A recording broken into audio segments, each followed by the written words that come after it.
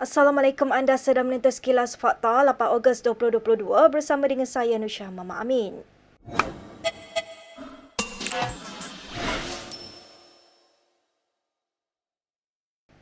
Pengerusi DAP Lim-Gon A membidas Perdana Menteri Ismail Sabri Yaakob yang menumpukan keutamaannya kepada insiden penderaan lisan oleh pegawai kanan kerajaan yang berlaku di KLIA.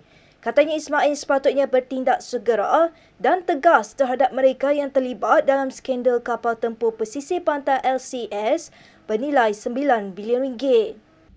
Dalam satu kenyataan hari ini, Ahli Parlimen Bagan itu berkata, sikap berdiam diri Ismail Sabri mengenai perolehan LCS adalah gambaran yang menyedihkan. Dalam pada itu, Ketua Penerangan PAS Khairil Nizam Khairuddin turut menggesa siasatan menyeluruh terhadap pihak yang terlibat dalam skandal kapal LCS.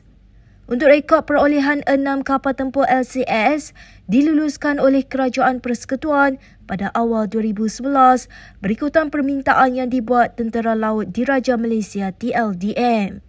Pada akhir 2011, kontrak RM9 bilion diberikan kepada Worsted Naval Shipyard Sdn Bhd BNS secara terus tanpa tender terbuka.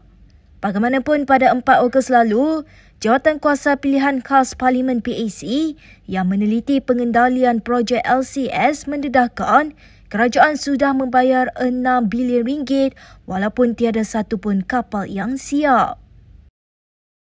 Kerajaan akan melaporkan jadual dan perkembangan projek pembinaan kapal tempur pesisir LCS secara berperingkat. Menteri Kanan Pertahanan Hishamuddin Hussein berkata demikian pada sesi soal jawab di Dewan Negara hari ini. Beliau berkata kapal pertama LCS akan diterima TLDM dalam masa 2 tahun lagi. Tetapi untuk Dewan ini saya boleh nyatakan bahawa sekurang-kurangnya dalam masa setahun dua ni, saya harap bahawa jelas kapal pertama akan dapat kita siapkan. Dan saya akan laporkan kepada orang ramai jadual berperingkat-peringkat kapal-kapal yang telah pun dijanjikan kepada TLDM ni, dan saya akan maklumkan kepada Kabinet apa yang telah kita lakukan untuk memastikan ianya kali ini insya-Allah mengikut apa yang telah pun dijadualkan. Terima kasih. Dalam pada itu, Hisham berkata, kerajaan memberi kerjasama sepenuhnya kepada PAC dalam siasatan berhubung ketirisan projek LCS itu. Keduanya, saya telah pun buat kenyataan bahawa siapa yang salah tetap salah. Dan kalau sekiranya ada penyelewengan, ada salah guna kuasa, SPRM pun telah membuat kenyataan bahawa siasatan sedang berjalan dan tindakan-tindakan terhadap pihak-pihak berkenaan telah pun diambil. Dan itu kita serahkan kepada SPRM untuk ambil tindakan yang seterusnya.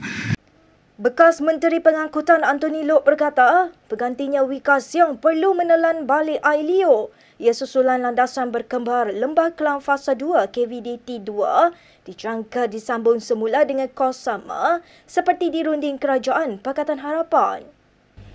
Dengan jawapan pada hari ini, saya minta both Tengku Zafrul dan khususnya Wika Siong eat back their own words.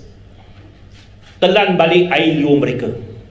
Dia cakap begitu besar masa itu, hero 2020, kononnya mereka juara open tender. Pakatan Harapan lah yang bagi rundingan terus, harga terlalu tinggi dan sebagainya. Setiausaha Agung DAP itu menegaskan, WI pada Ogos 2020 berkata, projek KVDT2 bernilai RM4.5 bilion itu adalah terlalu mahal dan akan dibuka semula untuk tender. Manakala Menteri Kewangan Tengku Zafrul pula berkata, projek itu antara 101 projek yang dianugerahkan secara rundingan terus semasa era PH. Bagaimanapun minggu lalu, WI mengesahkan projek itu akan diteruskan di bawah Daya Maju LTAT Sdn Bhd dan masih menelan belanja yang sama iaitu RM4.5 bilion. Ahli Parlimen Kuala Nerus Khairuddin Ahmad Razali mendakwa Presiden PAS Abdul Hadi Awang silap apabila membuat keputusan meletakkan kerjasama dengan Bersatu. Katanya PAS sepatutnya menjalinkan kerjasama dengan UMNO, bukan bersatu yang disifatkan sebagai parti kecil dan hanya bergantung kekuatan orang lain. Bercakap kepada portal FMT, kata Khairuddin, Hadi sepatutnya memanfaatkan kejayaan memperbaiki hubungan dengan UMNO bagi membentuk gabungan lebih kuat. Bekas Menteri Perusahaan, Peladangan dan Komoditi itu berkata, itu hanyalah pandangannya, tetapi dia yakin pandangannya itu betul. Khairuddin meninggalkan PAS pada 14 Mac susulan pemecatannya sebagai Setiausaha Majlis Syura Ulama PAS dan Ahli Jawatan Kuasa AJK Pusat. FMT turut memetik Khairuddin sebagai berkata, ada pemimpin parti turut menyuarakan sentimen sama berhubung kerjasama PAS dengan bersatu. Namun katanya, ramai memilih untuk bercakap di belakang sahaja. Berita seterusnya. Presiden PKR Anwar Ibrahim mengumumkan pelantikan naib Presiden Nik Nazmi Nik Ahmad sebagai pengerusi Majlis Pimpinan Negeri MPN di Kelantan dan Terengganu. Pengumuman itu dibuat Anwar melalui 2 hantaran berasingan di media sosial hari ini. Menurut Anwar, rundingan pelantikan Nik Nazmi yang juga ahli Parlimen Setiawangsa itu dibuat bersama dengan semua ketua cabang dari kedua-dua negeri itu dan dipersetujui sebulat suara. Sementara itu, menerusi hantaran berbeza, Anwar turut mengumumkan pelantikan Amiruddin Syari sebagai pengerusi MPN di Pahang. Nama Menteri Besar Selangor itu dikemukakan Anwar dan turut mendapat persetujuan sebulat suara oleh ketua-ketua cabang di negeri itu. Sebelum ini, Anwar mengumumkan timbalan Presiden PKR Rafizi Ramli dilantik sebagai pengerusi MPN Wilayah Persekutuan dan Johor. Manakala Menteri Besar Negeri Sembilan Aminuddin Harun pula dipilih mengetuai Negeri Sembilan dan Melaka. Pengerusi MPN PKR di Perlis, Kedah, Pulau Pinang, Perak serta Sabah dan Sarawak masih belum diumumkan. Seorang pemilik akaun TikTok popular dipercayai membunuh diri di rumahnya di Subang Jaya, Selangor pagi semalam. Ini selepas dia menerima komen kebencian bertubi-tubi di akaunnya yang diikuti ramai. Menurut laporan Sinar Daily, ibu kepada 3 anak, Shashikala Nada Rajah 44, dilaporkan dibuli secara cyber berhubung penampilan dan koleksi beg tangannya di media sosial. Polis berkata Shashikala yang merupakan cikgu tuition meninggal dunia ketika dalam perjalanan ke hospital. Polis juga memaklumkan hasil siasatan awal mendapati Shashikala pernah mengalami tekanan perasaan dan pernah dirawat di sebuah klinik swasta. Menurut Sinar, seorang lagi pemilik akaun TikTok yang popular, Rose Veronica, anak-anak Shashikala memberitahunya ibu mereka tidak boleh bertolak ansur dengan komen negatif di TikToknya.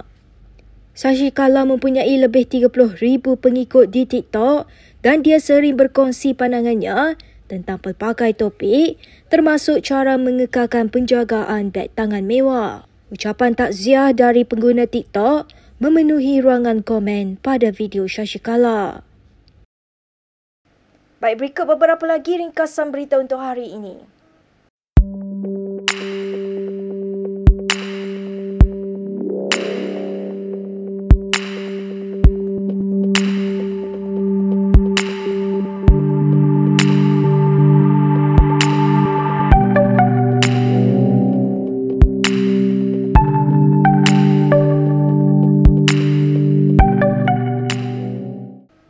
Baik, sekian sahaja daripada saya Nusyah Mama Amin untuk Sekilas Fakta. Untuk lebih banyak berita, anda boleh melayari kinitv.com. Anda juga boleh mengikuti kami di Instagram, Twitter, YouTube dan Facebook. Salam hormat dan jumpa lagi.